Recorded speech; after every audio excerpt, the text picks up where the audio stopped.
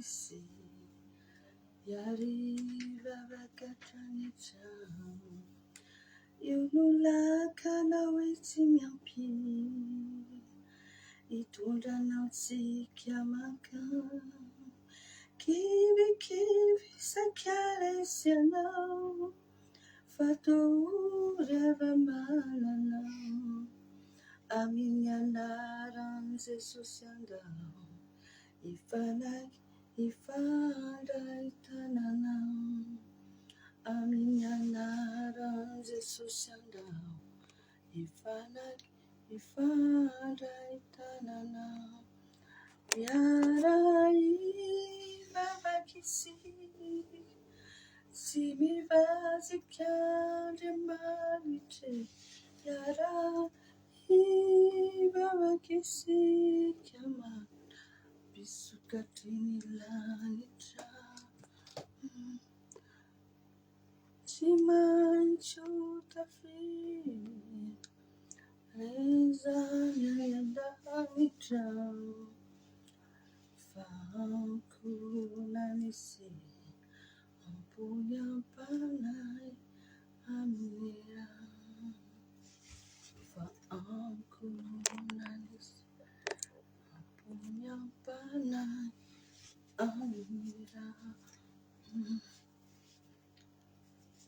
Fady miarabantsika rehetra indray amin'ny anaran'i Jesosy Kristy tratran'izao aneo azoma araka ny fotoana izay efa nifanomezantsika dia androantsika no hiara hivavaka eto indray tsy tena hoe araka ny fanao mahazatra fa izao hoe Andriamanitra no miasa amin'ny zavatra rehetra manona fiadanan'ny tompo ho amintsika tsirairay avy isan-tokantrano izay manaraka an'izao fandarana izao manona fiadanan'i Jesosy Kristy ho aminao sy ny ankohonanao ny amin'izay rehetra momba anao manona fiadanan'ny tompo amin'ny isan-tokantrano ary ny fanatrehan'Andriamanitra ny hanontsapo ao amin'ny toerana rehetra izay misy anao amin'izao fotoana izao Andriamanitra no hiasa feno andamina ny tontolonao rehetra ahafahanao indray mandray izay rehetra fampianarana izay rehetra zavatra fampizarana eto androany hitomboana fahalalana bebe kokoa mba ho amin'ny fanafana sy ny fanasitranana indray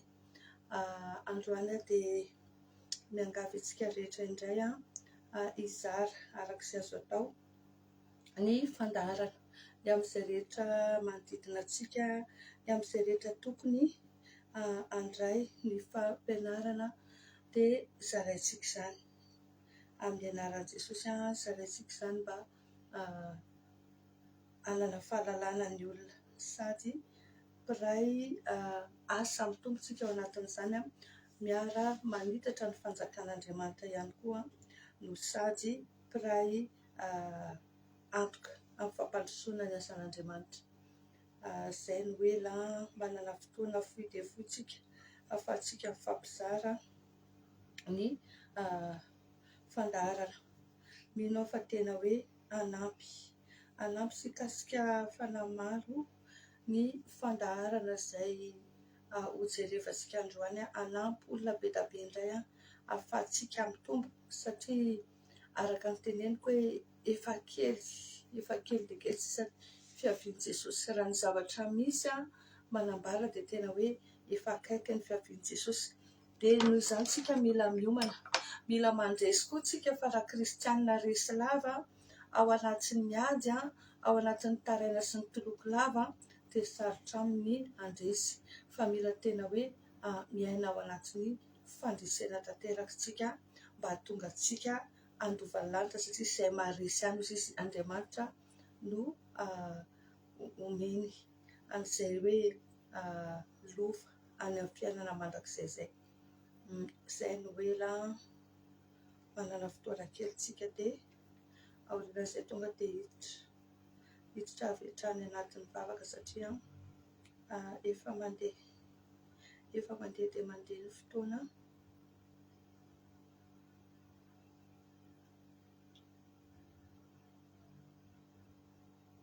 mandeha fotoana dia tonga dia hiaraka hivavaka avy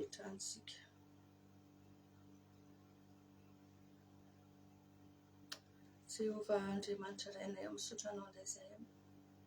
Mankasitraka Tompo satria tsapanay hoe lehibe ny fitiavanao.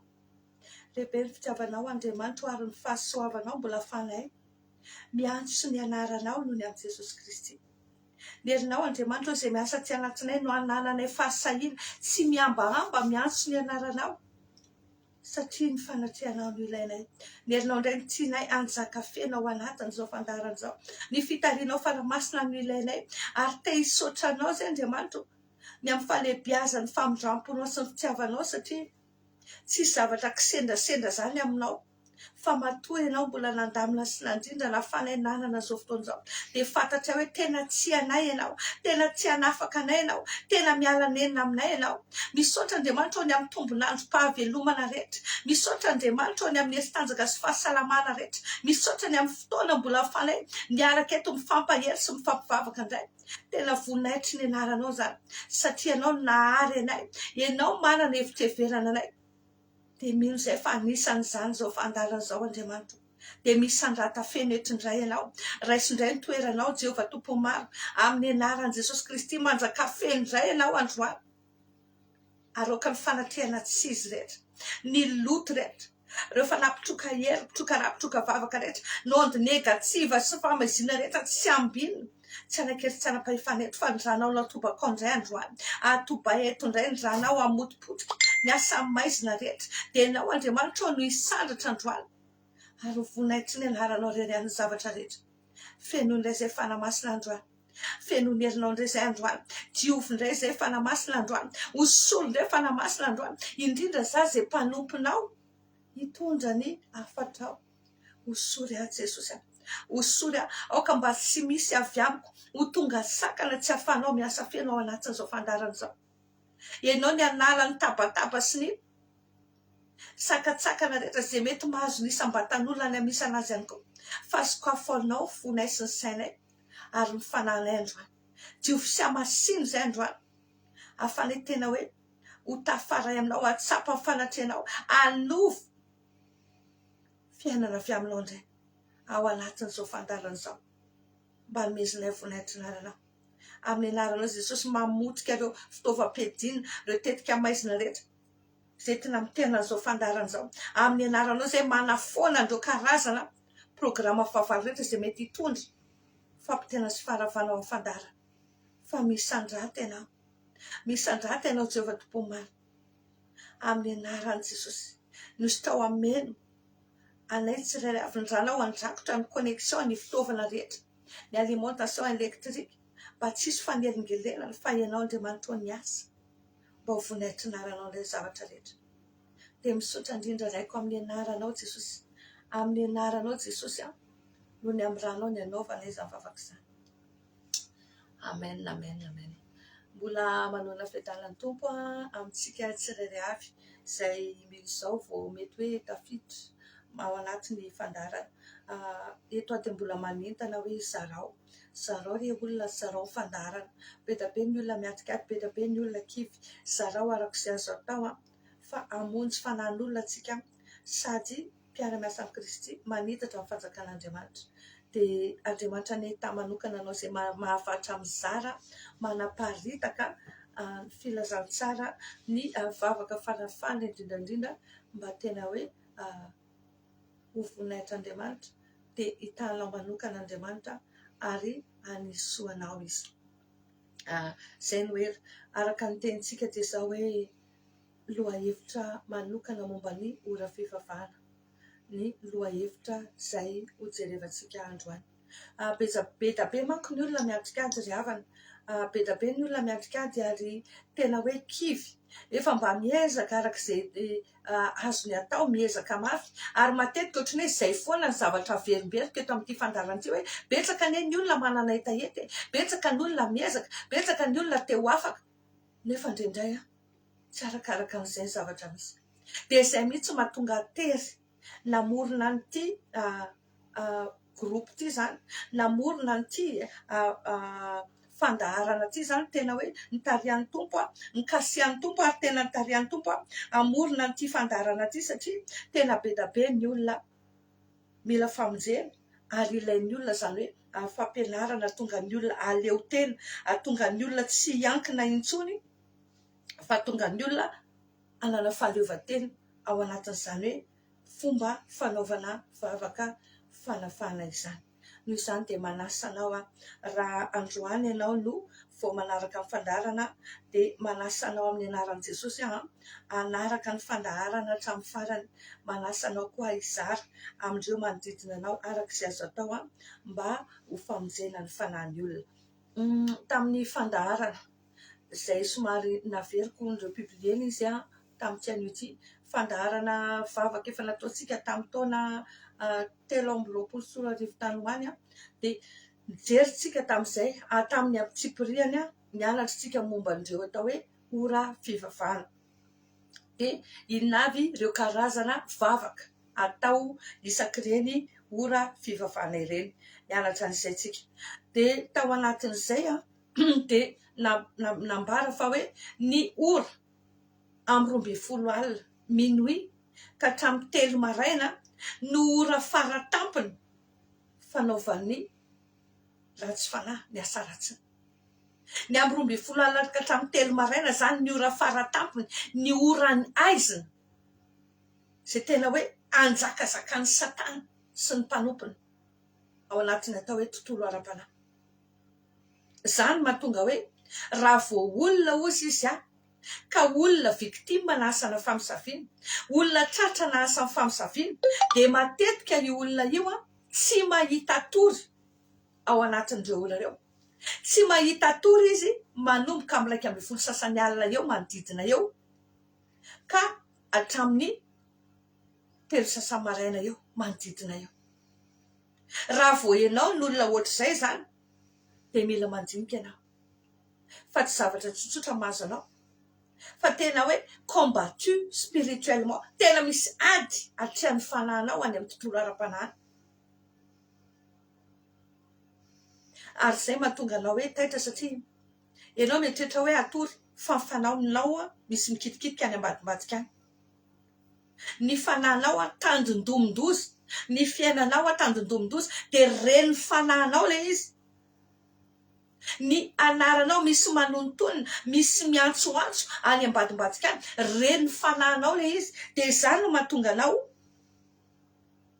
tsy mahita tory, fa ohatrany hoe tonga dia taitra automatika foana ao anatin'ireo fotoanareo. Reny zany dia fambara hoe ao anatin'ny ora io misy zavatra ataon'olona mahakasika anao. Misy mpanompon'ny Satana maromaro dia tena mijoro vavolombelona mihitsy.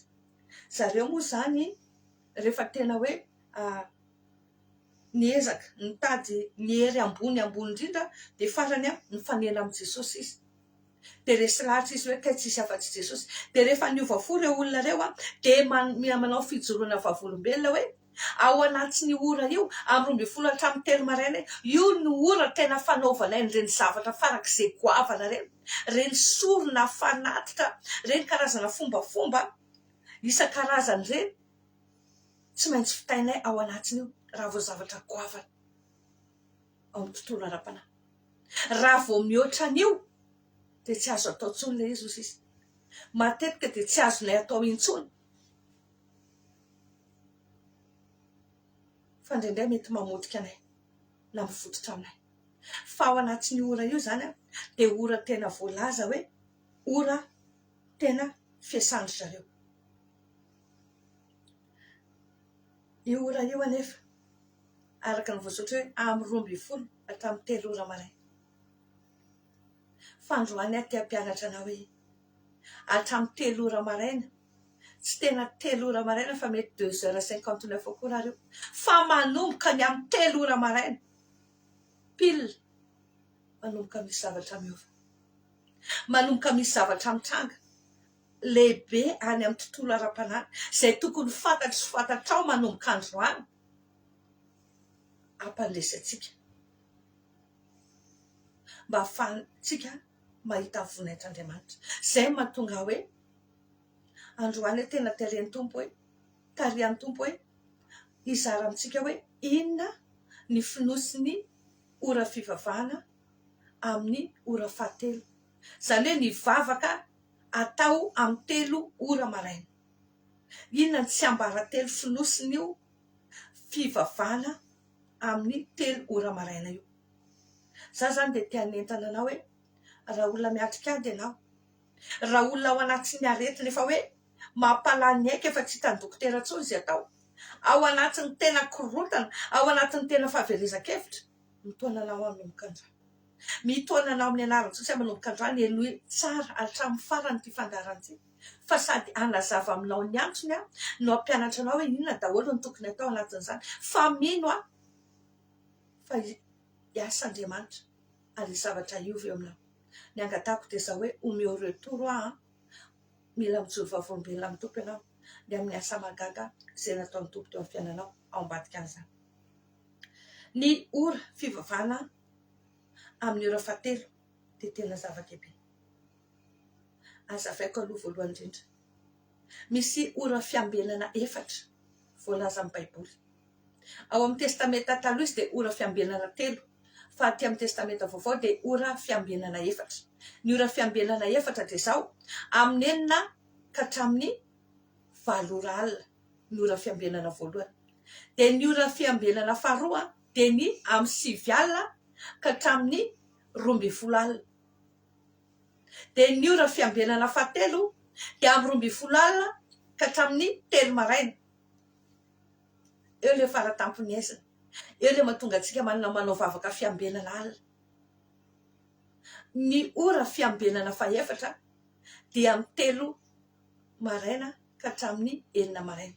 Ora fiambenana maraina amin'ny fiantso azy. Inona mahazava-dehibe? Ny ora ny tsy ambaratelo finosiny amin'ny 3 ora maraina na ny ora fahatelo. Ny ora fahatelo dia izao ora fanombohan'Andriamanitra manao ny heriny. Ny ala dia anjakazakan'ny aizina, anjakazakan'ny Satana, fa saingy izao hatramin'ny amin'ny 3 latsaka 1 minitra. Hatramin'ny 3 latsaka fa vao mipaika ny amin'ny 3 ora tsy diso dia manomboka miela ny herin'ny Satana, miela ny herin'ny aizina rehetra, manomboka mitranga ny fahazavana. Amin'ny 3 maraina mety mbola tsy dia tena hoe mazava be ny andro, mbola aizina, fa amin'ny 3 maraina manomboka ny fahazavana. Dia any amin'ny tontolo ara-panahy manomboka resy ny aizina rehetrarehetra, manomboka misy mazava, manomboka maneho ny heriny Andriamanitra ary manomboka resy ny asa maizina. Raha eo amin'ny tantara Baiboly zaraiko amintsika vetivety ahafahanao mahazo tsara hoe ohatry ny ahoana, satria matetika rehefa tena ao anatin'ny ady mafy, ao anatin'io ora fiambenana maraina io, amin'ny 3 ka hatramin'ny 9 maraina io, ao anatin'io Andriamanitra ny tena miasa mandripaka ny fahavalony. Rehefa nenjehan'ny Egyptiana ny zanak'Israely dia kely sisany elanelana nampisaraka azy ireo, fa ny zanak'Israely ny toby tery anatary dia ny Egyptiana ny toby taty. Ary rehefa hoe aneritreritra hoe anenjika ireo ny Egyptiana ao amin'ny Exodosy fitoko faha 14 ny 4:20 dia miteny mihitsy ny tenin'Andriamanitra hoe ary tamin'ny fiambenana maraina dia nijery ny Egyptiana tao anatin'ny andry afo sy andry rahon'Andriamanitra ozy izy. Jehova nijery ny Egyptiana tao anatin'ny andry afo sy andry rahona Jehova dia nampifanaritaka ny tobin'ny Egyptiana. Azonareo ilay izy? Nampifanaritaka ny tobin'ny Egyptiana izy ary nanala ny kodiaran'ny kalesiny izy ka nampasarotra ny fandehanana. Ao anatin'ny ora fiambenana maraina io tompoko dia misy intervention divine tena matanjaka be. Ao anatin'io Andriamanitra miditra, ao anatin'io Andriamanitra manomboka manapodika, satria fantany tsara hoe tao anatin'ny fiambenana alina, fiambenana fahatelo ny amin'ny 12 ka hatramin'ny 3 maraina latsaka kely teo nanao izay azony natao ireo, fa ozy izy avelao aloha ataovy eo tsy azonareo atao za miandry ny anjeloko mitombo manodidina zay mataotra tsy makasika andreo fa zao koa ninona nataonareo de afaka mamodika andrena afaka mamonjy ny olo koa zay tena mitady ahy tsy zay ihany be da be ny zavatra nataon'Andriamanitra ao anatin'ny ora fiambinana maraina raha tsy lazatsika i Gideona tao anatin'ny fiambinana maraina raha mamaky ny mpitsara toko fafito ianao de ho hitanao hoe tao anatin'ny fiambinana maraina no nentin'Andriamanitra nampandresy any Gideona ny Midianina zay favaly nampahoriny zanak'Israely tao anatin'ny fiambinana maraina voasoratra ao anatin'ny Josoa toko 9 andiny 5 sy 4 nitsangana vao maraina koa ny zanak'Israely niodidina mandany Jeriko ary zay ny nandreseny zareo nafanandrodana ny mandany Jeriko niady ny zanak'Israely sy ny Asiriana tao anatin'ny maraina vao mangiran-dratsy de naniraka anjely Andriamanitra tena niripaka miaramila ny Asiriana ny tiako tenenina aminao androany de zao hoe ao anatin'ny ora fahatelo de ora anankiray tena hoe misy ny fahafenon'ny herin'Andriamanitra ary io no ahafanao miditra moramora ao amin'ny anjara voatendrinao ny ora fahatelo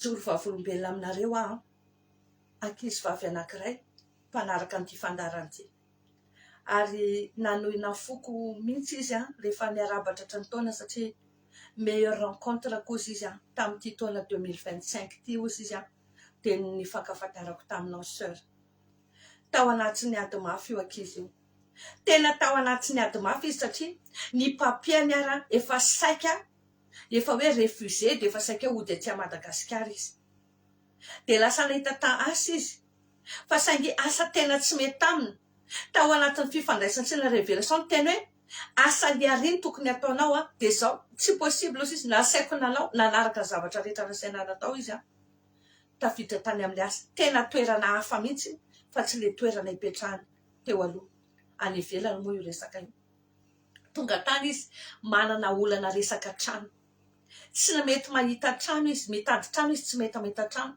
de lasa mipetraka amin'ny namana mipetraka amin'olona de zay olona mandray anazy lasa misy olana be daholo eritrereto zafady hoe misy olona mampindrana trano azy fa le olona tsy eo tonga de very daholo ny lakile rehetrarehetra misy olana ohatr' izany foana tena hoe atake farany izy tena nanao an'ity vavaka ity tena fo izy de namotika angambany tao anatin'ny 3 andro tonga de nasehon'ny tompo anah hoe izao blocage ny olana mahatonga anao tsy mahazo trano kay satria ho any zavatra nasehon'ny tompo anah de zao hoe tambola kely no ahy ianao de rehefa malahelo ianao tezitra miady amin'ny dadanareo sy mamanareo de ianao mangoronetana de miteny hoe andeha fa tsy hipetraka ao fa tena mariny zany ozy izy mariny zany ozy izy toy zao ifonay zay fa zay zavatra zay mbola hiazona ny fanahy maloto anao hatramin'izao mahatonga anao tsy mahazo trano voninahitra ho an'Andriamanitra vao ny fonany zay zavatra zay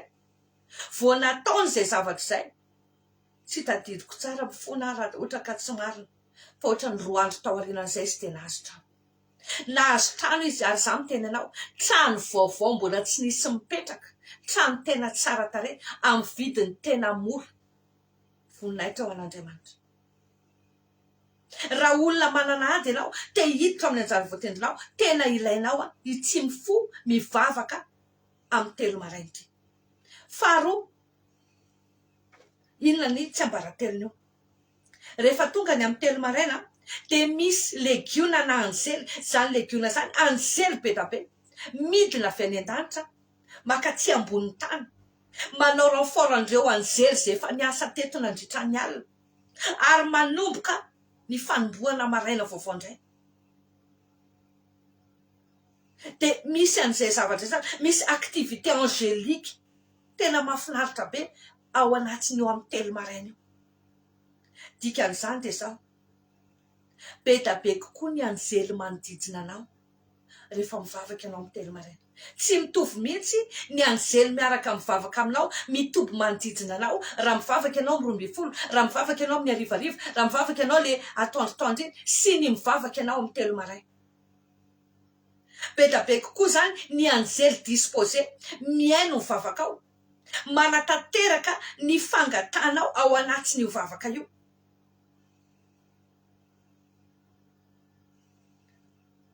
Io no fotoana tena hoe inona ny ilazako anazy. Io zany atao hoe misy ny atao hoe capacité maximale ny anjely miasa mi-intervenir amin'ny fiainantsika. Dikan'izany dia zao hoe mila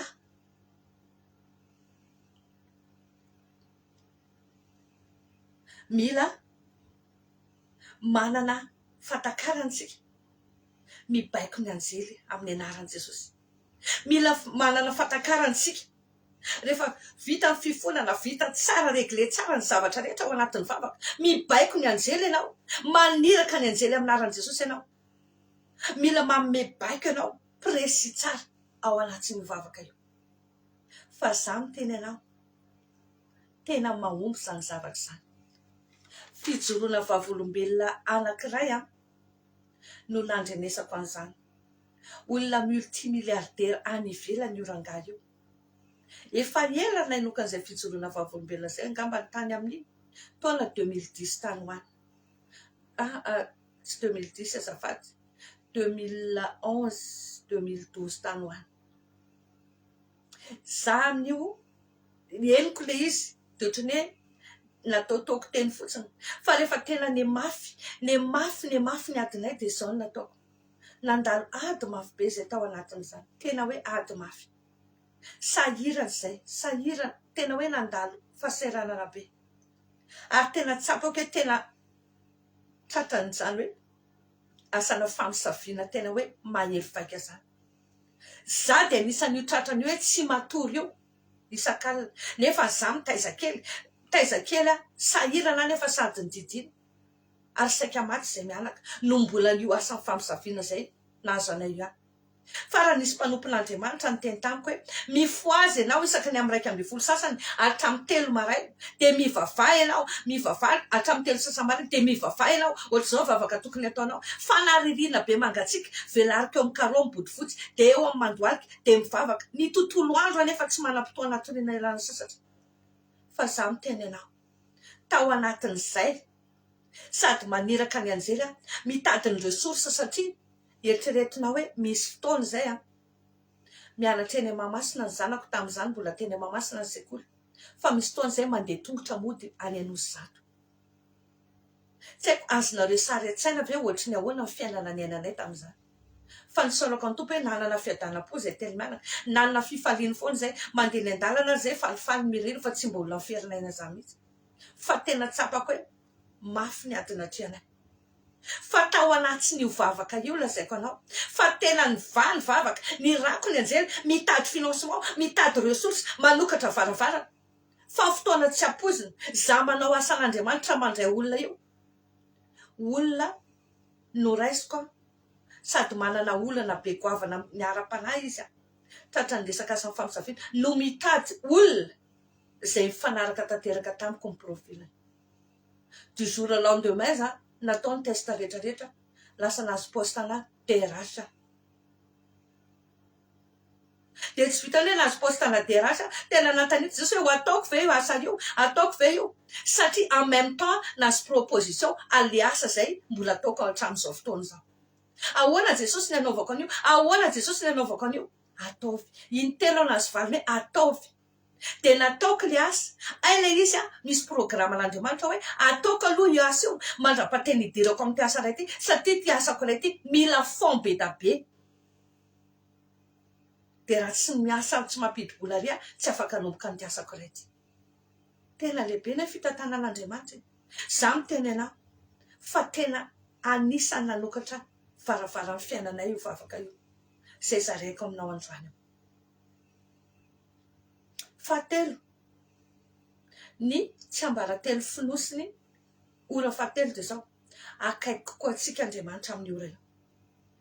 Ny ora fahatelo zany de mena kokoa reo fanoherana, reo hery fanoherana rehetra. Hitanareo a rehefa mivavaka de miteny foana rehefa mampianatra hoe rehefa hivavaka de fatory amin'ny rano Jesosy reo fanapitroka hery, pitroka rapitroka vavaka rehetra, roay ny onde negativa sy ny famaizinana rehetra. Fa misy an'izany foana isan'andro, isan'ora isak'izay mivavaka ianao. Zany mahatonga anao rehefa mivavaka manao zavatra hafa ianao tsy te hatory. Jery Facebook ianao tsy te hatory fa vao hivavaka ianao tsy vita hatramin'ny farany indray mivavaka. Tsy vita ny amaina ianao efa matory. Misy karazana résistance be da be. Misy karazana couche be da be manasaraka atsika amin'Andriamanitra. Ny 5.70 isan-jato ny kristianina ny akamaroany de tena matsapa an'ity zavatra teneniko ity hoe fatany mihitsy hoe ny vavaka ataony tsy tonga eo amin'ny plafond kory de miverina. Satria misy zavatra manakana le vavaka. Tena tsapanao ngely izy hoe tsy tafapaky. Fa rehefa mivavaka ianao amin'ny telo maraina, reny zavatra reny tsy de misy. Miala reny, tena mbola madio ny tontolo ara-panahy. Tonga ny fanadiovana amin'ny telo ora maraina, madio ny tontolo ara-panahy, tsy de misy résistance zany. Akaiky atsika kokoa Andriamanitra rehefa ao anatin'io fotoana io. Tsy de misy an'izany hoe onde négative zany ao anatin'io. Ny stressinao koa, ianao vao fo mbola tsy stress be hoe inona zany ianao, mbola madio tsara, mbola tsisy hoe mieritreritra be iny, ny distraction zéro ao anatin'io fotoana io. Nataoko hoe kely de kely. Mbola moramora kokoa ny mifantoka amin'Andriamanitra. De zay mahatonga izy hoe akaiky kokoa Andriamanitra ao anatin'ny ora io. Io anisany tsy ambaratelo ny ora fahatelo.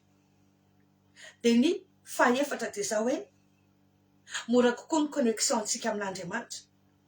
Satria ny ora fahatelo de afatsika manana fotoana malalaka be rehefa avy eo andraisantsika révélation. Ananatsika intimité amin'Andriamanitra, tena hoe manana relation intime amin'Andriamanitra. Rehefa mivavaka manko ianao de miteny an'izay lazainao, fa rehefa vita ny vavaka ianao de manomboka miaina indray ianao, manomboka mangina ianao, de manomboka miaina ianao, de manomboka mandray ianao ao anatin'ireny raisinoty, raisoraty zay zavatra renao anatin'ireny. Fa misy tolotsaina tsy takatry ny sainao anatin'ireny. Misy tsiritsaina tonga ao anatin'ireny ahafahanao mandresy ny ady izay atrehanao. Misy zavatra azonao tampoka ao anatin'ireny de gaga ianao hoe le zavatra ohatrany nanahira-tsainanao, ohatrany hoe saribana, lasa ohatrany tonga de tsisy dikanao azy. Misy tolotsaina azonao anatin'ireny. Satria mora kokoa ny connexion antsika amin'Andriamanitra. Inona mahatonga izy mora kokoa? Satria tsy olona ilalao ianao. Tena tsapan'Andriamanitra hoe olona tena mitady azy amin'ny fony rehetra ianao. Matoa ianao olona vonona mifoha amin'ny telo maraina. Tsy n'importe qui no vonona hifoha amin'ny telo maraina mba hivavaka. Matsiro anie ny torimaso ao anatin'izany. Tena ao anatin'izany tena mampamamy ny torimaso. Nefa ianao mifoha mivavaka. Hitan'Andriamanitra ny sakrifisy ataonao, hitan'Andriamanitra ny fahavononanao, hitan'Andriamanitra ny fahafoizan-tenanao. De hoy izy ny ten'Andriamanitra nefa hoe ho hitanareo rakatsanareo amin'ny fonareo rehetra, ianao zay mavita mifoha amin'ny telo maraina, manao réveil, mitsangana, mafohy ny torimasonao, miaritra atsika, miaritra orana, mifoha amin'ny telo maraina. De tsapan'Andriamanitra zany. Zany mahatonga an'le connexionnao mora kokoa amin'Andriamanitra. Satria tena hitany ao anatin'ny fonao, tena mila fanafana ianao, tena mandalo ady ianao, tena mangetahita fanafana ianao. Mora kokoa. Raha amin'ny atoandro ianao no mivavaka, na mpianatra anao hoe prière midi, prière du soir, prière du matin, fa za miteny ianao, raha vavaka tokony valy, mety ray volana izy raha vavaka amin'ny andro tsotra normal, fa raha amin'ny telo maraina io mety herinandro de réglé. Zany kany zany ankizivavy resaka trano zany, lazaiko anareo fa tena olana, tena amam-bolana maro ny ainan'le olana izy. Tamin'ny voalohany aloha izy de any amin'ny faritra hafa any Frantsa izy dia mandeha métro foana izy mandeha miasa any amin'ilay faritany hafa. Ohatr'izay zavatra ny ainany. Toy izy hoe tsy izay ny programan'ny tompoka. Mialao mihitsy ny ianao dia mifindra fa aty mihitsy ny destiny anao. Dia izy moa tena hoe mankatoy izy isaorako ny tompo. Fa tao anatin'izay izy miady, tsy mahita trano. Atao daholo ny démarche, atao daholo ny rehetrarehetra, mitady hevitra fa bloqué ny lalana rehetrarehetra. Dia izay mba manampy anazy tao anatin'ilay trano ary attaqué daholo koa.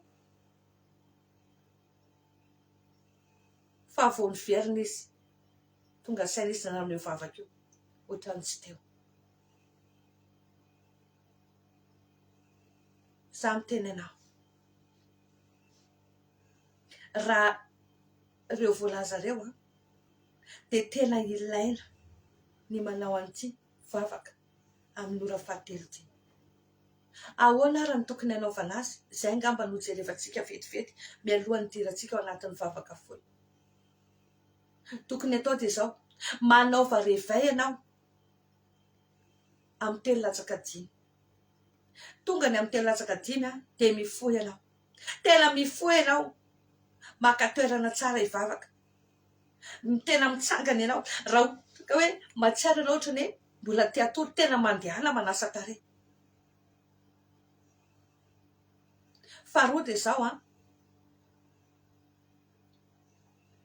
araka ny fampianarako foana, izao tadidiana ny nofinao talohan'ny ianao fohy io. Inona ny zavatra nitranga ny harivarivan'iny? Inona ny zavatra tranga tsapanao? Inona ny zavatra niseho tany anatin'ny nofy? Reny azonao atao thème ao anatin'ny combat spirituel, ao anatin'io vavaka io, ao anatin'io fotoana io. Raha ohatra ka tsapanao hoe ny zavatra hafahafa nitranga tao anatin'ireny. Fahatelo dia izao: mila zavatra planifie tsara ilay izy. Tsy hoe atao foana, tsy hoe atao kitoto, fa mivonona tsara ianao. Mivonona tsara ianao hoe anao an'ity vavaka ity dia fixeo ilay izy hoe indray alina ve, sa in-telo, sa in-pito, sa in-polo, sa 120 andro, sa 70 andro. Ataovy tena mirindra tsara ilay izy, fixeo tsara ilay izy, asivo tanjona ilay izy hoe momba an'izao. Fa za miteny ianao, ampandresy anao Andriamanitra. Tsy afaka nareo mpanompo satanareo ary tena mijoro vavolombelona hoe izareo dia mahazo baiko hoe aza mikitikitika olona mivavaka ao amin'ny 3 maraina za mihitsy, raha tsy te hahita loza. Aza mikitikitika ny olona izay mivavaka amin'ny 3 maraina.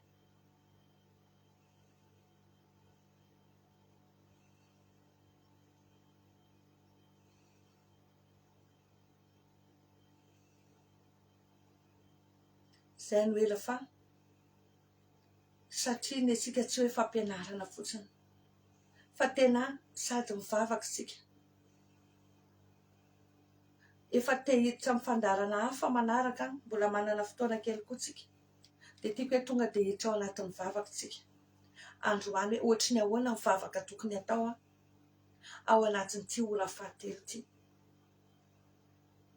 Dia santiona ny eto, ny fotoana mety tery dia sady ao anatin'ny vavaka ny manazava, fa kosa anjaranao no mijery araka fitarifana masina, araka ny zava-misy aza melana mivavaha.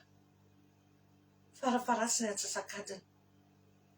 Mety raha mahavita vavaka hatramin'ny 4 maraina ianao tena vao maika tsara. Avy eo indray ianao mandamina, miverina mandamina izay fotoananao. Fa aza malaiky intsony manomboka zao. Zay fa dia hiara hivavakantsika. Raha eo misaotra anao izay ny amin'ny fotoana izay nafana indray fampizara teto androany. Misaotra tompony amin'ny fitarihanao sy ny fanatrianao. Ny angatahako Jesosy dia izay rehetra niraisinay teto tehirizo androany. Tehirizo androany aneritry ny fanamasinao hiasa, ampitombo ny fahalalana rehetra kely izay niraisinay teto.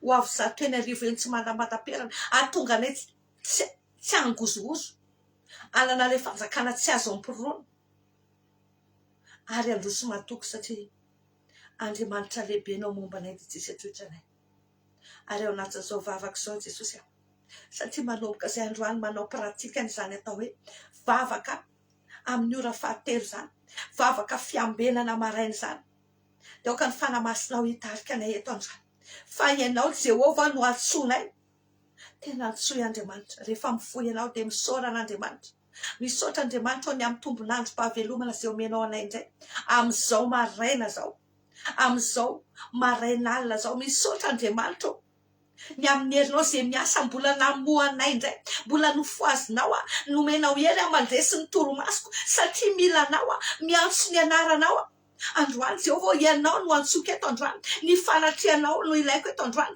dia misandrata eto indray ianao amin'ny anaran'i Jesosy aoka andranao andrakotra eto aoka andranao amotika ireo famaizinana rehetra ireo onde négative rehetra ireo saritsarina rehetra ireo karazana couverture mystika rehetra levony amin'ny ranao Jesosy levony amin'ny ranao esorony loto rehetra androany fa ianao no Andriamanitra ianao no antsoko ary ny fanatrianao no ilaiko androany Jehovah tompo maro amin'ny anaranao Jesosy mamatotra andreo fanapitroka hery pitroka ra pitroka vavaka rehetra mamatotra ny asa maizina rehetra izay mety hitondra fanelingelelana manohitra ny toromasoko amin'izao maraina alina zao fa ianao Andriamanitra no ilaiko androany ianao Jehovah no ilaiko androany dia aoka ianao no hiasa feno aoka ianao fanamasina nitarika ao anatin'izao vavaka zao aoka ianao ny ampahery Jehovah ny herinao ny asa ty anatiko indray androany dia kasioa ny fahazavanao ameno andray ameno foko ameno ny saiko ninona famaizinana dia tonoko resy zany androany fa ny herinao manazava mamindrafo Andriamanitra ny amin'ny fahotako rehetra mamindrafo ny amin'ny tsy fahamarinana rehetra mamindrafo Andriamanitra ny amin'ny toe-tsaina rehetra izay tsy nanomezako vonaitra ny anaranao ny amin'ny teniteny foana izay nataoko ny amin'ny fihetsika mampanao fonako eto anatrianao reny Jesosy mamindrafo amiko ianao ny amin'ny teoporatsy atao anatiko ato ny amin'ny fialolana ny amin'ny fankalana ny mahatonga hitsaratsara mahatonga hanameloka ny loloposy notropo rehetra mamindrafo amiko Andriamanitra mamindrafo amiko Andriamanitra ny amin'izay rehetra fiavina vonana ny amin'izay rehetra fanandratan-tena ny amin'izay rehetra afany favalo miapanga indrindra ny amin'ireo ota miafina rehetra Jesosy izay nataoko tany amin'ny mangingina hitanao re ny fonako eto anatrianao re dia eto tena mitaonanao rehefa tena ao anatin'ny fotoana io anao tena maka fotoana mihitsy dia jereo daholo ireo zavatra mety mbola manameloka ny eritreritra jereo daholo ireo zavatra resaresahan'ny olona mombanao anamelohan'ny olona anao na mitombona na tsy mitombona ifonay raiso point par point daholo reny rehefa tonga io fotoana io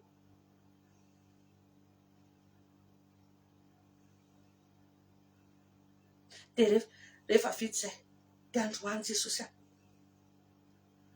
aoka andranao indray anadio aoka andranao Jesosy anafaka amin'ny tsy fahamarinana rehetra aoka andranao amafa ny soratana didy izay rehetra miapanga Jesosy ifonako eto anatrianao ny ala helin'ny olona rehetra ireo zavatra tokony nataoko fa tsy vita rehetra ireo olona tezitra sy midy vazana amiko diso fanatenana tamiko ifonako eto anatrianao diovy amin'ny ranao Jesosy afao amin'ireny afao ny amin'izay rehetra nafany olona ny apanga na nameloka nanozina amin'ny anaranao Jesosy aoka andranao anadio andray androany aoka andranao anafaka andray androany aoka andranao anaisitra ny tsy fahamarinana rehetra androany dia avozindray androany avozindray androany Andriamanitra aoka ny fahazavanao anazava androany aoka andranao amerina amin'ny lolony izay rehetra atao anatiko androany aoka ny voninahitra ao amirapiratra amiko androany anazava ny saiko anazava ny foko miala ny aizina rehetra miala ireo karazana loto rehetra miala ireo fanamaloto rehetra izay nampitafiana hatramin'izay mitondra fanirikiliana mitondra fankalana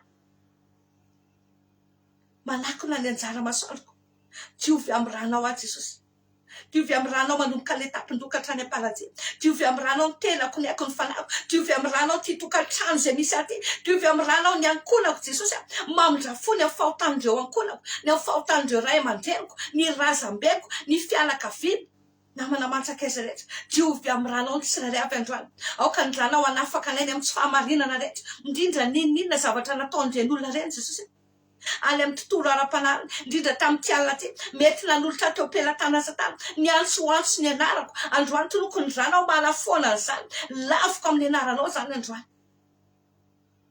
tsy ambinina tsy anakely tsy anapahefana tsy ananjaramiko amin'ny anaranao jesosy nangatahako an'izany mamindra-fo jesosy ny amin'ireo zavatra rehetra izay nataoko nandritra n'iny alina iny tany anaty nofy tany amin'ny tontolo ara-panahy na fantatro na tsy fantatro jesosy hifonako eto anatrianao zany androany mba tsy hafany favalo manameloka dia diovy amin'ireny ireo karazana autorisation na fanomezan-dalana rehetra izay nataoko ireo karazana fifanekena fifanarahana pacte rehetra izay nataoko inconsciemment na consciemment indrindra tany amin'ny tontolo ara-panahy tany tamin'ity alina ty tamin'ny andro lasako rehetra ka mbola mamatotra mandrak'androany toloko ny ranao mamotika an'izany mamafa an'izany manorotoro an'izany mamerina amin'ny loha ny zavatra rehetra amin'ny anaran'i jesosy tsy ambinina tsy anakely tsy anapahefanampiko reny amin'ny anaranao a jesosy mamotika ireo karazana rituel rehetra ireo fombafomba mampanao rehetra izay namatotra amin'ny fiainako hatramin'izay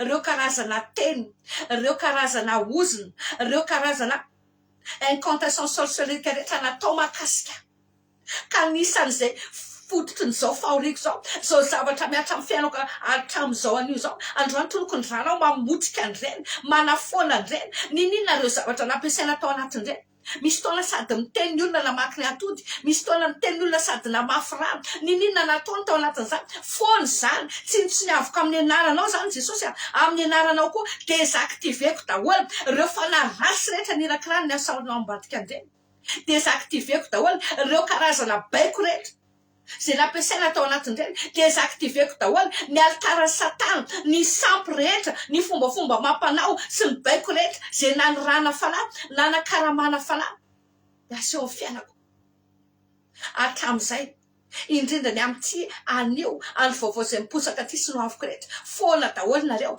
désactive daholo nareo foana daholo ny didy amandalana rehetra zay nanomezana ny lalànareo hiasa ny fiainako lasa reo amin'ny anaran'i jesosy lavoko nareo dia toeriko amin'ny anaran'i jesosy kristy avan'izareny lasa dia avotsorinareo zay rehetra momba anahy zay rehetra momba anay sy ny taranako rehetra nangalarinareo mandidry amin'ny anaran'i jesosy avereny zay rehetra momba anay nangalarinareo amin'ny anaran'i jesosy kristy avan'izareny za tsy manaiky izany intsony amin'ny anaran'i jesosy nisy loky sy ny alatra rehetra ninona momba anay ny fahasambaranay ny joie de vivre ny motivation ny capacité intellectuelle ny fahaizana mampanaonay ny fahazotoana sy ny vitika rehetra ny faranita-tsaina miverina amin'ny lohany zany amin'ny anaran'i jesosy miverina amin'ny lohany daholo zay rehetra momba anay amin'ny anaran'i jesosy kristy avan'izareny dia amin'ny anaran'i jesosy mamaritra an'ireo mpangalatra rehetra ary maniraka amin'ny anaran'i jesosy ireo anjelin Jehovah izay mitombo manodidina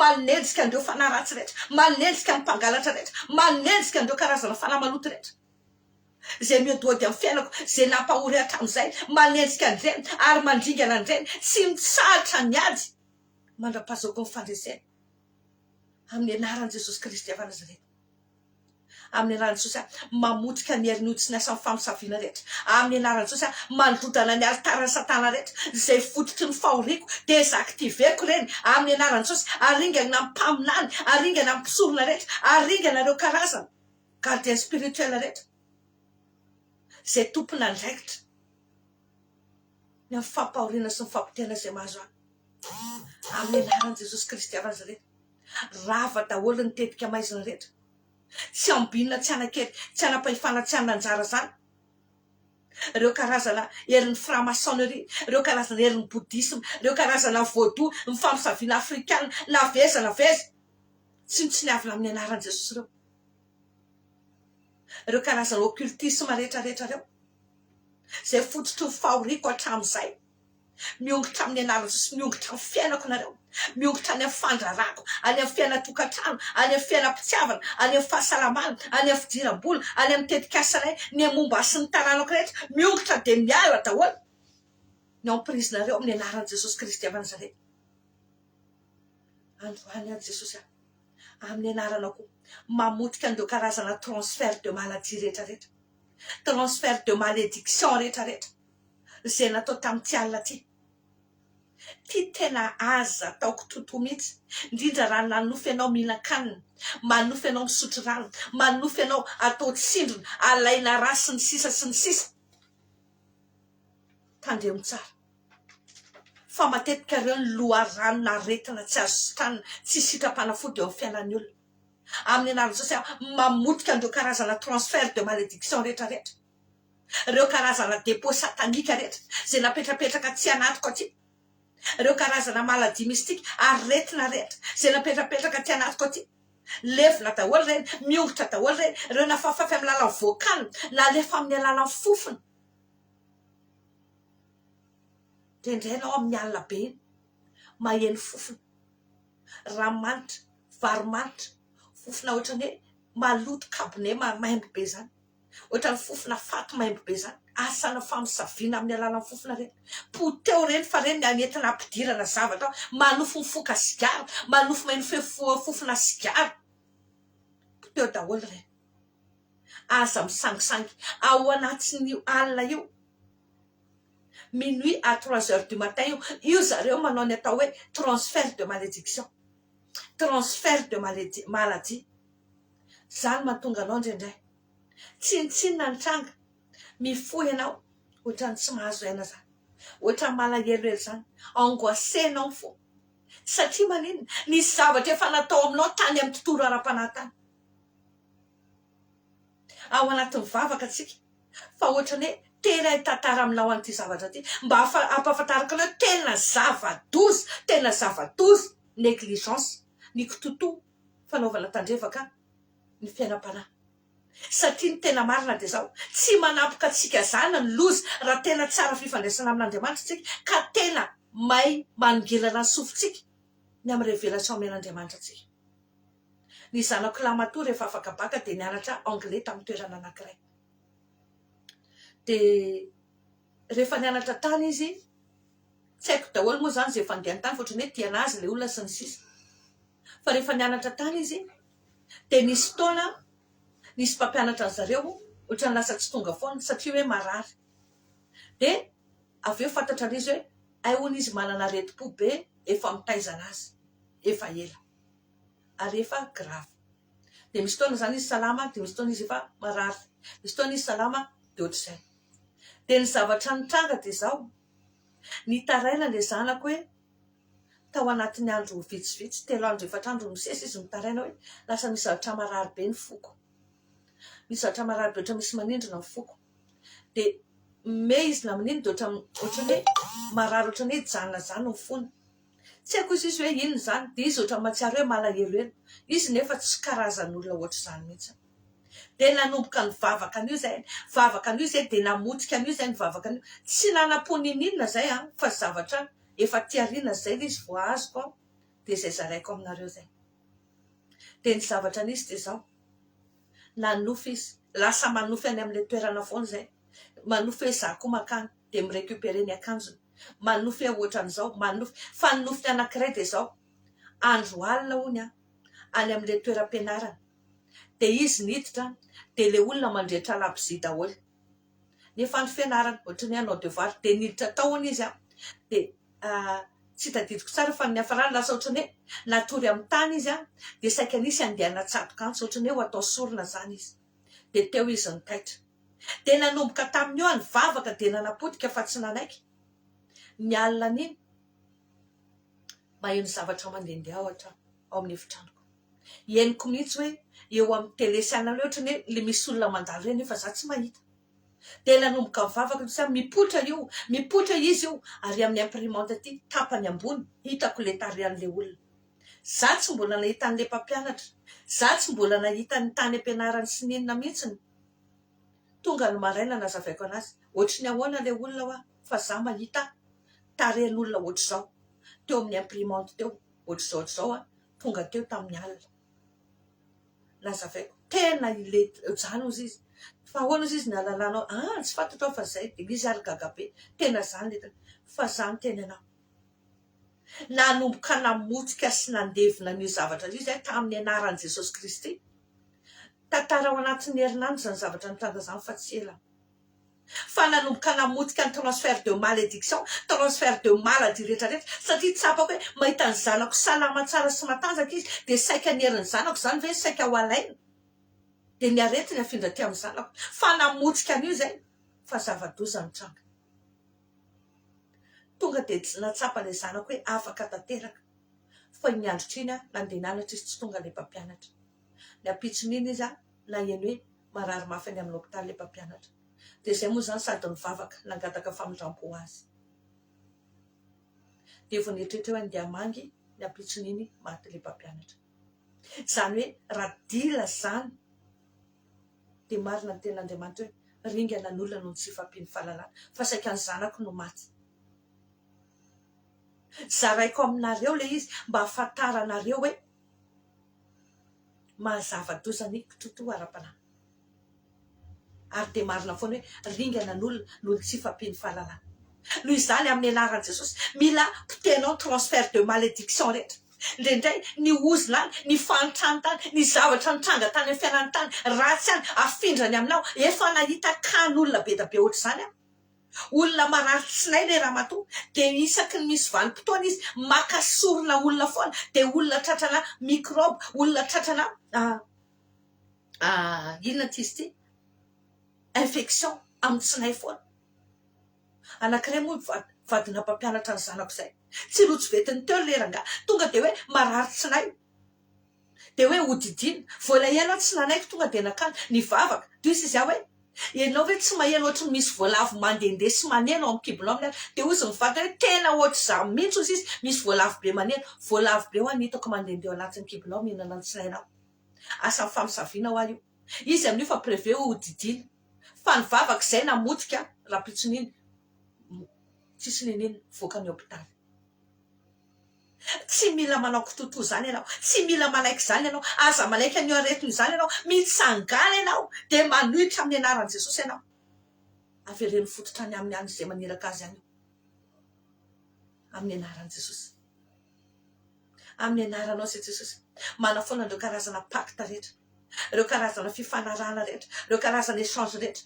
amin'ny anaranao zay Jesosy mirécupérer an'izay rehetra makasika anay ny fahasalamanay ny asa fivelomana ny fidiram-bolanay rehetra amin'ny anaranao zay Jesosy maniraka any anjelao mitady ny financement mitady ny ressource anay rehetra amin'ny anaranao zay Jesosy maniraka any anjelao manokatra ireo varavarana rehetra zay nezany satana narindrina teo fiainanay hatramin'izay misokatra ny lalana amin'ny anaranao Jesosy iraony anjelao mitady an'ireo olona rehetra zay mpanasoanay zay tokony ara-iasa aminay ny bienfaiteur anay rehetra amin'ny anaranao Jesosy iraony anjelinao ataovy précis tsara inona ny zavatra tadiavinao iraony anjelinao Andriamanitra mitady financement amin'ity projet ty iraony anjelinao mitady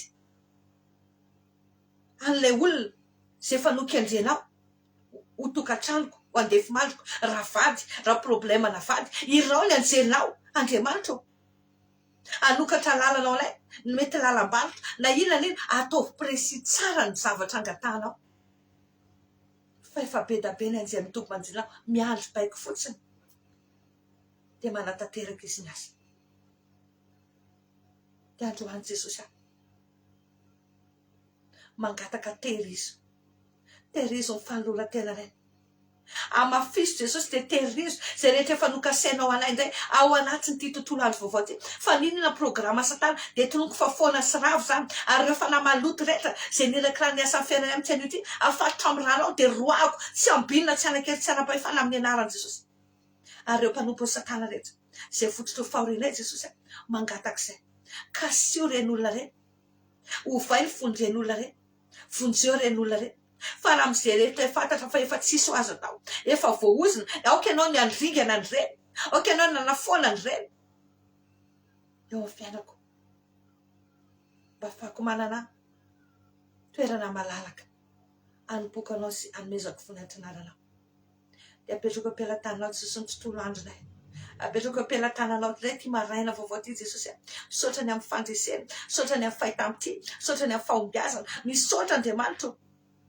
dia amin'izay rehetra ataonao amin'ny fiainanay mba ho voninahitra anaranao fa zay rehetra androanay sy lavinay kosa dia tena tsy miverina tsy mandrakizay amin'ny anara maherinao Jesosy Kristy avy Nazareta dia afatako fanampamaly faty rehetra tsy hamaly faty aminay sy ny ankonanay fianakaviana namana mantsakaizanay indrindra ny mpanasoanay rehetra sy momba azy fa ianao Jehovah nisy fefy manodidina dia voninahitra andrakotra anay dia misy andratan-drainao amin'ny tontolo andronay aoka ny fahazavanao menanay aoka tsapanay fanatrehanao fanamasinao hitarika anay ampandresy anay hiaro ny hevitra sy ny fonay ho tanteraka tsy anatsiny ao anatrehanao raha ko fiamranao ny fonay fihetsem-ponay sy finiavanay ny fitadinay ny aparatoka iray manontolo ny fisaina sy fieritreretanay mba tsy hananany satana herika omeo ny herinao zay Jesosy le hery mavory arena omeo ny herinao zay Andriamanitra aoka ny herinao hikorina tsy anatsinay androany andraisanay ny anjara voatendrinay indray amin'ny anaranao Jesosy anaovanay indray ny akanjo ny fahitampitsia anaovanay indray ny akanjo ny fanavana ny akanjo ny fanandratana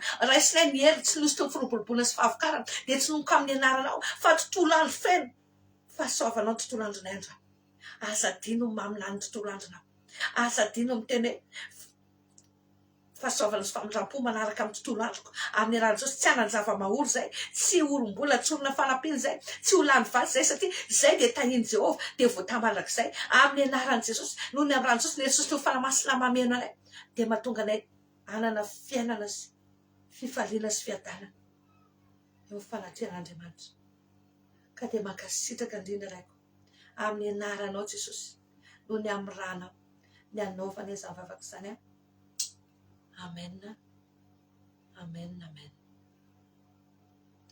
sotran'ny tompontsika ny amin'izay fotoana izay somary fohy dia fohy ilay vavaka fa karazana caneva ohatra hoentinao iny dia ahafahanao mandalina rehefa avy eo aizany hitondranao azy araka fitarian'ny fanamasina dia izay koa ny fotoanantsika androany amin'ny herin'ny androantsika dia hijery fampianarana anankiray izy ity izay tena tsapako hoe tena zava-dehibe hoe satria za rehefa miteny foana hoe ny devoly tsy miditra ao amin'ny fiainan'ny olona raha tsy nisy varavarana sokatra raha tsy nisy irika satria Jesosy ara ho mandondona vao miditra devoly tsy mandondona fa misy irika matoy sy tafiditra dia ezahantsika jerena amin'ny herin'ny androany inona avy ireo karazana fahotana ireo karazana tempo manokatra varavarana ho any satana eo amin'ny fiainantsika be da be nefa fantatsika fa misy tena manokatra ary dia tena midanadana mihitsy ny varavarana raha vao ireo fahotana ireo no atao inoko fa tena hanampy antsika izay satria tsika izao miezaka tsika mandroso amin'ny fahamasina mandroso amin'ny fahamarinana efa ho avy Jesosy dia mila manam-pahalalana ny fanahy dia mame fotoana antsika amin'ny herin'ny anio izao indray mankasitraka anao ny hainao hatramin'ny farany manona fiadanan'ny tompo amintsika tsirairay avy dia veloma daholo tompoko tahiny Jesosy